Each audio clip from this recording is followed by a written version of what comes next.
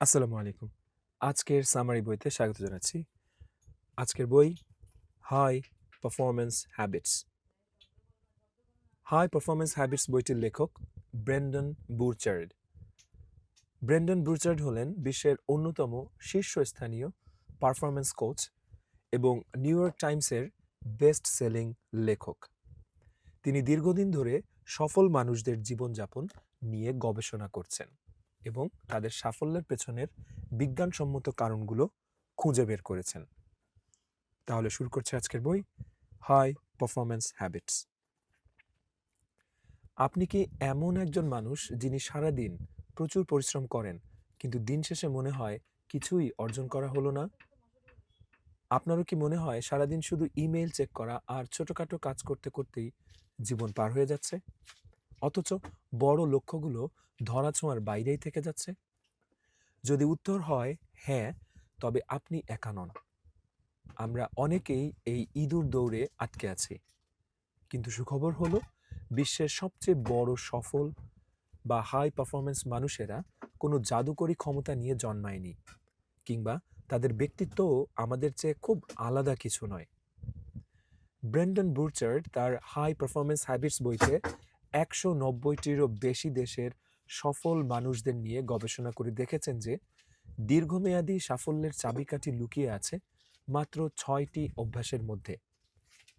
আজকের ভিডিওতে আমরা সেই ৬টি হাই পারফরম্যান্স সম্পর্কে বা হাই পারফরম্যান্স অভ্যাস সম্পর্কে জানব, যা অনুশীলন করলে আপনিও একজন অ্যাভারেজ পারফর্মার থেকে হাই পারফর্মার হয়ে উঠতে পারবেন। তো চলুন শুরু করা যাক। প্রথম অধ্যায়, হাই পারফরম্যান্স কোনো জন্মগত প্রতিভা নয়, এটি অভ্যাসের ফসল। আপনি হয়তো এমন কাউকে চেনেন যে দুটো চাকরি করার পাশাপাশি পড়াশোনাও চালিয়ে যাচ্ছে, আবার সব কাজে সফলও হচ্ছে। দেখে মনে হয় কাজগুলো তার জন্য কত সহজ। আমরা ভাবি এরা হয়তো জন্মগতভাবেই জিনিয়াস। কিন্তু লেখক গবেষণায় দেখেছেন লিঙ্গ, বয়স বা জন্মগত প্রতিভার সাথে হাই পারফরম্যান্সের কোনো সম্পর্ক নেই। আসল পার্থক্য হলো তাদের অভ্যাস এবং আত্মবিশ্বাসে। এই অভ্যাসগুলো কোনো সস্তা লাইফ হ্যাকস নয়, বরং এগুলো হলো সচেতনভাবে গড়ে তোলা কিছু কাজ। তারা কঠিন কাজ করতে ভয় পায় না, কারণ তারা জানে প্র্যাকটিসের মাধ্যমে তারা নতুন কাজ শিখে নিতে পারবে। এই আত্মবিশ্বাস নিয়েই তারা সাধারণের চেয়ে এগিয়ে থাকে। দ্বিতীয় অধ্যায়, প্রথম অভ্যাস, সিক ক্ল্যারিটি।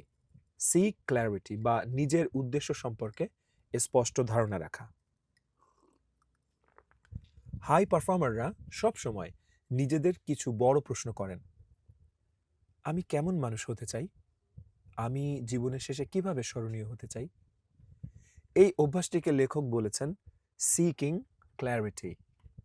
যে কোনো কাজ করার আগে তারা 4টি বিষয়ে একদম ক্লিয়ার থাকেন। প্রথমত, সেলফ, নিজস্ব সত্তা। আমি কেমন মানুষ হতে চাই?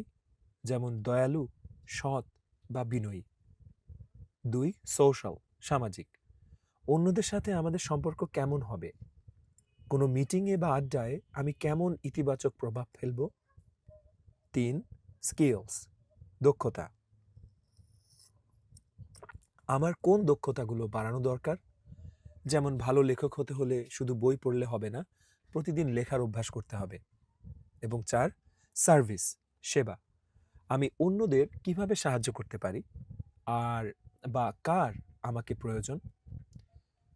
তৃতীয় অধ্যায়, দ্বিতীয় অভ্যাস, জেনারেট এনার্জি বা শারীরিক ও মানসিক শক্তি ধরে রাখা। অনেকেই মনে করেন একজন সফল সিইও মানেই শুধু তার ব্রেইন খুব শার্প, কিন্তু গবেষণা বলছে শীর্ষস্থানীয় সিইওদের এনার্জি লেভেল একজন প্রফেশনাল অ্যাথলিটের সমান হয়। হাই পারফর্মাররা নিয়মিত ব্যায়াম করেন।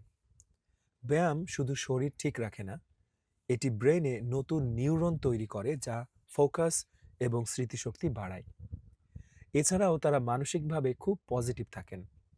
তারা প্রতিদিন সকালে উঠে ভাবেন আজ সারা দিনে কোন ভালো কাজটার জন্য আমি অপেক্ষা করছি? নিউরোসায়েন্স বলে কোনো ভালো কিছুর জন্য অপেক্ষা করলে আমাদের ব্রেইনে ডোপামিন রিলিজ হয়, যা আমাদের মুড ভালো রাখে এবং মানসিক এনার্জি দেয়। চতুর্থ অধ্যায়, তৃতীয় অভ্যাস,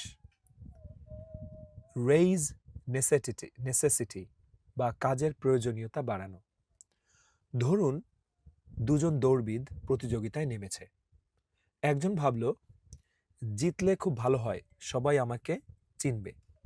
আরেকজন ভাবছে, আমাকে জিততেই হবে, কারণ আমার অসুস্থ মায়ের চিকিৎসার জন্য এই প্রাইজ মানিটা খুব দরকার। বলুন বলুন তো, কার জেতার সম্ভাবনা বেশি? অবশ্যই দ্বিতীয় জনের, কারণ সে তার কাজের সাথে একটা এক্সটার্নাল অব্লিগেশন বা বাইরের কোনো বাধ্যবাধকতা জুড়ে দিয়েছে। হাই পারফর্মাররা শুধু নিজের ইচ্ছার উপর নির্ভর করেন না, তারা এমন পরিস্থিতি তৈরি করেন যেখানে তাদের সফল হওয়াটা প্রয়োজনীয় বা মাস্ট হয়ে দাঁড়ায়। যেমন আপনি কোনো প্রজেক্ট হাতে নিলে সবাইকে সেটার কথা জানিয়ে দিন। যখন সবাই জানবে, তখন আপনি আর পিছিয়ে আসতে পারবেন না। এখানে আমার ব্যক্তিগত একটা লার্নিং বলে রাখছি, এটা বইয়ের কোনো অংশ না। উপস্থাপক হিসাবে বা পাঠক হিসাবে আমি বলছি, সেটা হচ্ছে কিছু বইতে আবার এই কথার বিপরীত কিছু দেখেছি। যেমন আপনি যখন কোনো কিছু নিয়ে ভাবছেন, সেটা নিয়ে মানুষের সাথে কথা বলবেন না, কারণ সেসব মানুষদের মধ্যে অনেকেই থাকবে যারা আপনার ভালো চান না। আবার কেউ কেউ আপনার ভালো চাইলেও তারা যেহেতু ওই কাজে সফল হননি, তাই তারা আপনাকেও এই কাজে নিরুৎসাহিত করতে পারে। তো এই সমস্ত কারণে দেখা যায় যে তারা, অর্থাৎ সেই এক্সপার্টরা বলছেন যে আপনি যখন কোনো কিছু করবেন ভাবছেন, তখন সেটা পারতপক্ষে কারোর সাথে শেয়ার করবেন না। তো এই কথার সাথে আমাদের আজকের বইয়ের এই লার্নিংটা একটু বিপরীতমুখী হয়তো হয়ে দাঁড়াচ্ছে, কিন্তু আমার মনে হয় আমরা একটা ব্যালেন্স করতে পারি। যেমন সবাই বলতে আমরা যাদেরকে চিনি সবাইকে আমরা না জানিয়ে বা ফেসবুকে বা কোনো সোশ্যাল মিডিয়াতে পোস্ট না করে, যাদেরকে বললে আমার মনে হবে যে এই মানুষগুলো এটার ভ্যালু দিবে বা এই মানুষগুলো এটাকে অ্যাপ্রিশিয়েট করবে বা সুপরামর্শ দিবে, পজিটিভ চিন্তাভাবনা করে, বিগত দিনগুলোতেও ইতিবাচক চিন্তাভাবনা করেছেন আমার আগের কাজগুলো নিয়ে, এই ধরনের মানুষের সাথে আপনি চাইলে শেয়ার করতে পারেন, যাকে আপনি বিশ্বাস করেন এবং যিনি পজিটিভ এবং যিনি আপনার ভালো চান। এই বৈশিষ্ট্যগুলো যদি থাকে তাহলে আমার মনে হয় আপনি শেয়ার করতে পারেন, এবং একবার শেয়ার করা হয়ে গেলে তখন ওই কাজ থেকে আপনার পিছিয়ে আসাটা কঠিন হবে। ঠিক আছে, এগোচ্ছি। পঞ্চম অধ্যায়, চতুর্থ অভ্যাস, ইনক্রিজ প্রোডাক্টিভিটি বা সঠিক কাজে ফোকাস করা। সারাদিন ব্যস্ত থাকা মানেই প্রোডাক্টিভ হওয়া নয়। হাই পারফর্মাররা জানেন কোন কাজগুলো জরুরি আর কোনগুলো শুধু সময় নষ্ট করে। আমরা অনেকেই মনে করি সারাদিন ইমেইলের রিপ্লাই দেওয়া খুব প্রোডাক্টিভ কাজ, কিন্তু এটি আসলে আপনাকে মূল কাজ থেকে দূরে সরিয়ে রাখে। হাই পারফর্মাররা পরিষ্কার এবং কঠিন ডেডলাইন সেট করেন। তারা কোনো বড় প্রজেক্টকে ৪-৫টি ছোট ধাপে ভাগ করে নেন, যাতে লম্বা সময় ধরে মোটিভেশন ধরে রাখা যায়। ষষ্ঠ অধ্যায়, পঞ্চম অভ্যাস, ডেভেলপ ইনফ্লুয়েন্স বা অন্যদের সাহায্য করা ও প্রভাবিত করা। অনেকে বলেন সাফল্যের চূড়ায় মানুষ খুব একা হয়ে যায়, কিন্তু হাই পারফর্মারদের ক্ষেত্রে এটি সত্য নয়। তারা অন্যদের খুব ভালো বোঝেন এবং সাহায্য করতে ভালোবাসেন। তারা টিম মেম্বারদের প্রশংসা করেন, তাদের কাজের মূল্য দেন এবং তাদের স্বাধীনভাবে কাজ করার সুযোগ দেন। সবচেয়ে বড় কথা হলো, তারা নিজেরা যখন বিপদে পড়েন তখন অন্যের কাছে সাহায্য চাইতে দ্বিধা করেন না। আমরা অনেকেই ভাবি সাহায্য চাইলে হয়তো অন্যেরা জাজ করবে, কিন্তু সত্যি বলতে মানুষের এত সময় নেই আপনাকে নিয়ে জাজ করার। সপ্তম অধ্যায়, ষষ্ঠ অভ্যাস, ডেমনস্ট্রেট কারেজ বা সাহস দেখানো। আপনি কি নিজের কমফোর্ট জোনে থাকতে পছন্দ করেন? হাই পারফর্মাররা রিস্ক নিতে ভয় পান না। তারা জানেন বড় কিছু অর্জন করতে হলে ব্যর্থ হওয়ার ঝুঁকি নিতেই হবে। সাহস দেখানোটাও একটা স্কিলের মতো। যেমন প্রথমবারের মতো প্যারাশুট নিয়ে লাফ দেওয়ার সময় খুব খুব ভয় লাগে, কিন্তু বারবার করলে ভয় কেটে যায়।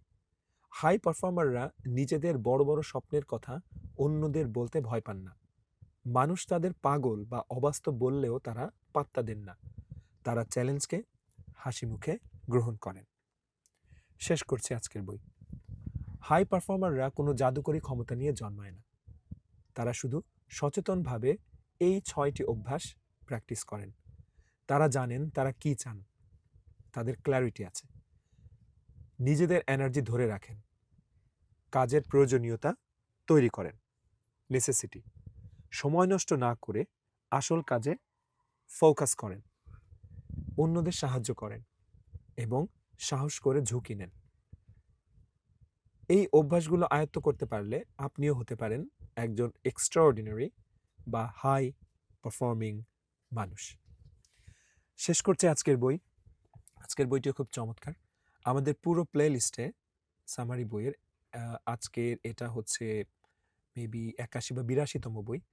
সবগুলো বইয়ের মধ্যে বেশ কিছু বই প্রোডাক্টিভিটি নিয়ে, কিভাবে আপনি আরও প্রোডাক্টিভ হবেন, কিভাবে আপনি সময়কে আরও সঠিকভাবে মূল্যায়ন করবেন, এই বিষয়ে খুব সুন্দরভাবে আলোচনা করা হয়েছে। আশা করছি এই বইগুলো আপনাদের লাইফে পজিটিভ পরিবর্তন আনছে এবং আগামীতেও আনবে ইনশাল্লাহ। ভালো থাকুন, দেখা হচ্ছে পরের বইতে। বাই।